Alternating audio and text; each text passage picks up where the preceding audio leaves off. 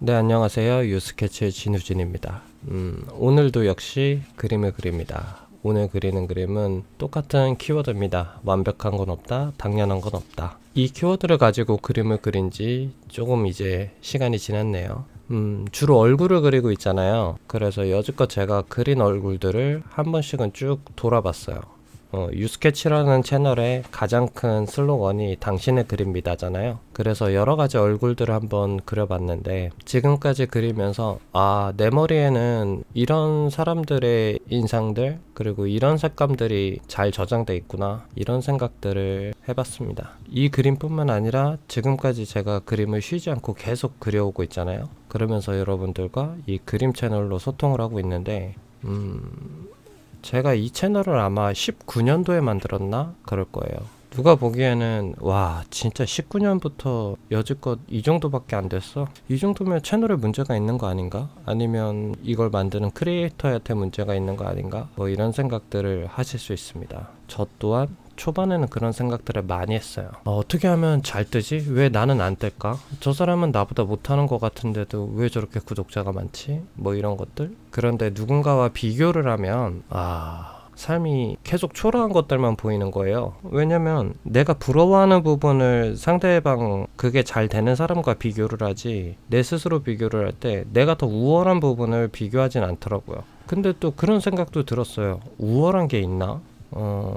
내가 만약에 누군가보다 어떤 분야에서 잘 됐어. 근데 그 노력이 대부분 누군가의 성공담을 들어보면 그 사람의 고생한 것들을 많이 얘기합니다. 내가 이렇게 고생했고, 내가 이런 걸 고생했고. 근데 고생한 걸로 비례해서 성공을 한다면 세상에 고생을 한 사람들만 성공을 해야 돼요. 근데 현실은 그렇지 않거든요. 누구나 다 자신이 고생했다고 하지만 그 고생은 상대적인 겁니다. 제가 이제 운동을 가르치다 보니까 느끼는 건데 누군가한테는 100kg는 가벼운 무게입니다. 누군가에게 100kg는 들어보기도 힘든 무게고요. 그런 것처럼 뭔가 고생스럽고 고통스러웠다는 게 무게라고 치자면 그 무게는 누군가에겐 견딜 수 있는 무게고 누군가에겐 견디기 벅찬 무게였을 거란 말이죠. 그러니까 내가 이만큼 고생했으니까 잘 되는 게 당연해 이런 건 누군가와 비교를 할 건 아닌 것 같아요. 그건 어디까지나 자신이 생각했을 때 내가 정말 고생했다라고 믿고 그러니까 난 보상받을 가치가 있다고 믿고 그러면 되는 거지. 그게 누군가에게는 너도 이만큼 고생을 안 해봤으니까 넌 성공하지 못하는 거야 이런 얘기를 간혹 하시는 분들이 있어서 예전에 제가 장사를 할 때인데 그 장사하는 데서 앞에 나와서 담배를 피고 있었습니다. 후배랑 담배를 피고 있었는데 거기서 건물주분이 나오시는 거예요. 그러더니 담배꽁초를 손으로 막 주우시더라고요. 그리고 그 5개용 대리석을 그 건물 보면 앞에 대리석 붙이잖아요. 그걸 막 이렇게 손으로 닦으세요. 그래서 왜 저러시지? 했는데 저랑 지인 앞에 담배꽁초를 이렇게 보여주시더니 요즘 젊은 사람들은 이렇게 들어온 것도 손으로 짚지 않고 자기 편한 것만 하다 보니까 이렇게 건물도 못 사는 거다 이런 식으로 말씀을 하시더라고요. 근데 저는 그게 처음에 듣고 이해가 안 됐어요. 어떻게 이런 말을 들을 수 있지 내가? 이게 지금 내가 들은 게 진짠가? 잠깐 벙쪘다가 제가 정리를 해보고 순간 화를 잘 참지 못해서 저도 이제 맞받아치면서 얘기를 했죠. 사장님 저도 이게 제 건물이면 저는 입으로 죽을 것 같아요 이렇게 얘기를 했어요. 그리고서 사장님이랑 급격히 사이가 안 좋아졌죠. 근데 좀 유명했어요. 동네에서 제가 이제 부동산 이것저것 좀 알아볼 일이 있어서 그 동네 알아보니까 뭐 장사하시냐 물어봐서 네 장사합니다 하니까 어느 건물이냐 그래서 저쪽 건물이에요 하니까 다들 반응이 안 좋으신 거예요. 그리고 저를 되게 안타깝게 보시더라고요. 그래서 왜 저러지? 했는데 그중에 이제 여자분이랑 남자분께서 다른 부동산이긴 한데 비슷한 얘기를 하시는 거예요.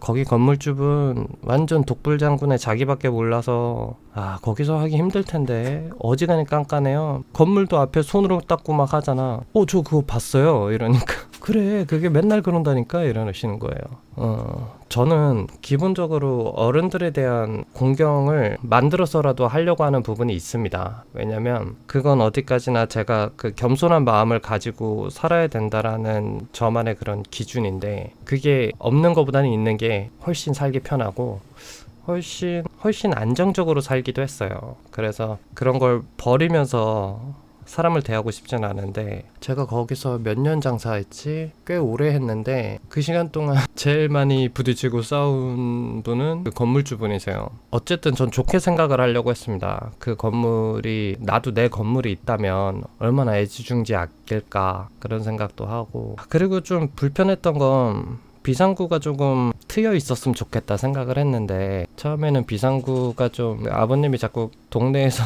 어떻게 가지고 오시는지 모르겠는데 자전거들을 잔뜩 거기에다가 한두 대가 아니라 적어도 한 10대 이상 되는 자전거를 그 문 앞에 세워 놓으셨어요. 이렇게 세워 놓은 게 진짜 문에 바퀴를 딱 갖다 대게 세워 놨어요. 그래서 이렇게 해놓으면 비상구도 말 나오고 손님들도 안 좋아한다, 이거 좀 치워줘라, 여긴 비상구니까. 아이 뭐 알았어요 하더니 제가 거기서 꽤 몇 년 넘게 장사를 했는데 결국은 치워지지 않았죠. 뭐 그런 부분도 있고, 전기세나 이런 것도 원래 건물주분이 직접 걷으셔야 되는데 1층 사장님한테 얘기해서 걷어서 가지고 오라고 했다고 하더라고요.